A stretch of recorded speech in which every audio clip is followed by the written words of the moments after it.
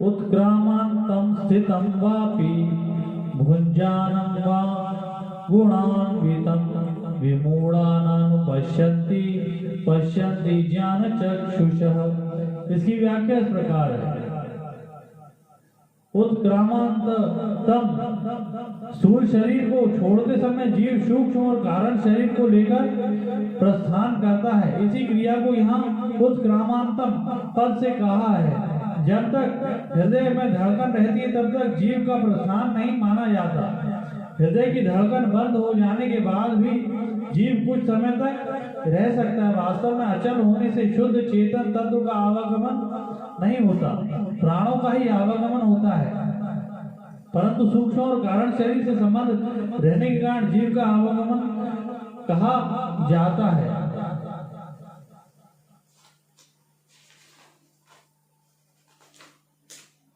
पुरुष लोक में वर्णित तत्व को जो पुरुष यत्न करने पर जानते हैं उनमें क्या विशेषता है, और जो यत्न करने पर भी नहीं जानते उनमें क्या कमी है, इसको आगे के श्लोक में बताते हैं।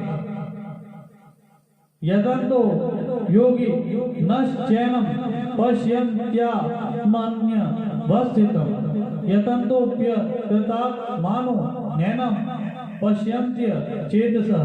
इसकी व्याख्या इस प्रकार है।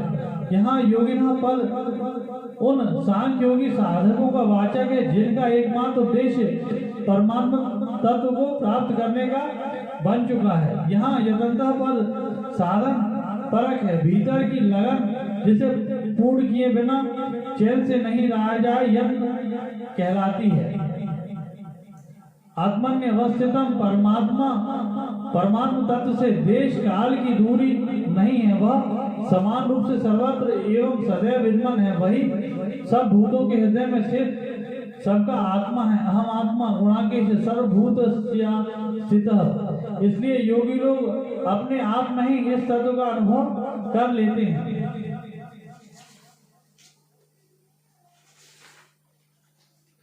15वें अध्याय में 5-5 श्लोकों के 4 प्रकरण हैं। उनमें से यह तीसरा प्रकरण 12वें से 15वें श्लोक तक का है, जिसमें छठा श्लोक भी लेने से 5 श्लोक पूरे हो जाते हैं। यह तीसरा प्रकरण विशेष रूप से भगवान के प्रभाव और महत्व को प्रकट करने वाला है।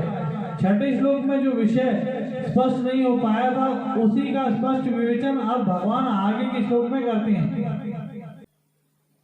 यदादित्य गतम तेजो जगत भासयते खिलम यच्चंद्रमसि यच्चाग्नो तत्तेजो विधि मामकम। इसकी व्याख्या इस प्रकार है।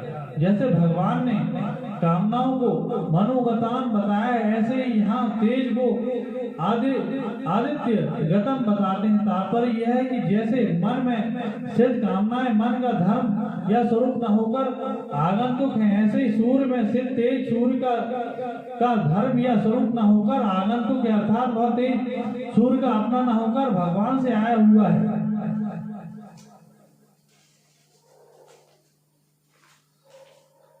दृश्य दिखने वाले पदार्थों में अपना प्रभाव बताने के बाद भगवान आगे के श्लोक में जिस शक्ति से समष्टि जगत में क्रियाएं हो रही हैं उस समष्टि शक्ति में अपना प्रभाव प्रकट करते हैं। गमा विश्य च भूतानि धारयाम्य हमोजसा पुष्णामि शोषधि सर्व सोमो भूत्वा रसात्मकः। इसकी व्याख्या इस प्रकार है। भगवान ही पृथ्वी में प्रवेश करके उस पर स्थित संपूर्ण स्थावर जंगम प्राणियों को धारण करते हैं। तात्पर्य यह है कि पृथ्वी में जो धारण शक्ति देखने में आती है वह पृथ्वी की अपनी न होकर भगवान की है। चंद्रमा में 2 शक्तियां, प्रकाश की शक्ति और पोषण शक्ति। प्रकाश की शक्ति में अपने प्रभाव का वर्णन पूर्व श्लोक में करने के बाद भगवान इस श्लोक का में चंद्रमा की पोषण शक्ति में अपना प्रभाव बताते हैं कि चंद्रमा के माध्यम से संपूर्ण वनस्पति को मैं ही पुष्ट करता हूँ। चंद्रमा शुक्ल पक्ष में पोषक और कृष्ण पक्ष में शोषक होता है। शुक्ल पक्ष में रस में चंद्रमा की मधुर किरणों से अमृत वर्षा होने के कारण ही लता वृक्षादि पुष्ट होते हैं और फलते फूलते हैं।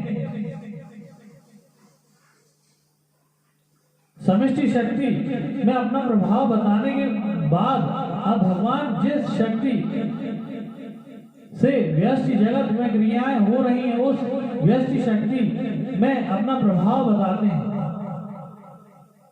अहम विश्व नरो भूत्वा प्राणिनाम देहमाश्रितः प्राणपना समायुक्तः पंचाम्यतमं चतुर्विधम्। इसकी व्याख्या इस प्रकार है। 12वें श्लोक में अग्नि की प्रकाशक शक्ति में अपने प्रभाव का वर्णन करने के बाद भगवान अब आगे के श्लोक में वैश्व नर रूप अग्नि की पाचन शक्ति में अपने प्रभाव का वर्णन करते हैं। तात्पर्य यह है कि अग्नि के दोनों ही कार्य भगवान की शक्ति से होते हैं। शरीर में प्राण, अपान, समान, उदान, व्यान ये 5 प्रधान वायु एवं नाग, कूर्म,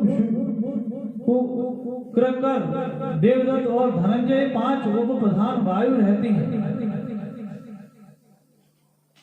पीछे के 3 श्लोकों में अपनी प्रभाव युक्त विभूतियों का वर्णन करके अब उस विषय का उपसंहार करते भगवान सब प्रकार से जाने योग्य तत्व स्वयं को बताते हैं। सर्वस्य चाहम हृदि सन्निविष्टो मतः स्मृति ज्ञान मप्पो हनम च वेदैश्च सर्वैरह मेव वेद्यो वेदांत प्रद्वेद देव चाहम।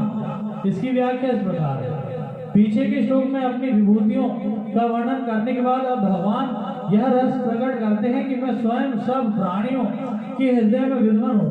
यद्यपि शरीर, इंद्रियां, मन, बुद्धि आदि सभी स्थान में भगवान विद्वान है, तथापि हृदय में वे विशेष रूप से विद्वान है।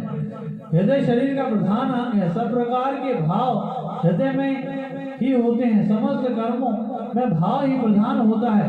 भाव की शुद्धि से समस्त पदार्थ, क्रिया आदि की शुद्धि हो जाती है। अतः महत्व भाव यह ही है, वस्तु, व्यक्ति, कर्म आदि का नहीं। वह भाव हृदय में होने से हृदय की बहुत महत्ता है। हृदय सत्वगुण का कार्य है, इसलिए भी भगवान हृदय में विशेष रूप से रहते हैं।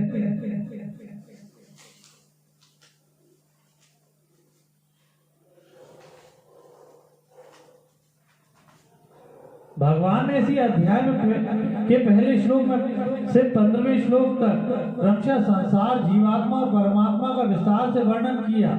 अब उस विषय का उपसंहार करते हुए आगे के 2 श्लोकों में उन तीनों का क्रमशः क्षर, अक्षर और पुरुषोत्तम नाम से स्पष्ट वर्णन करते हैं।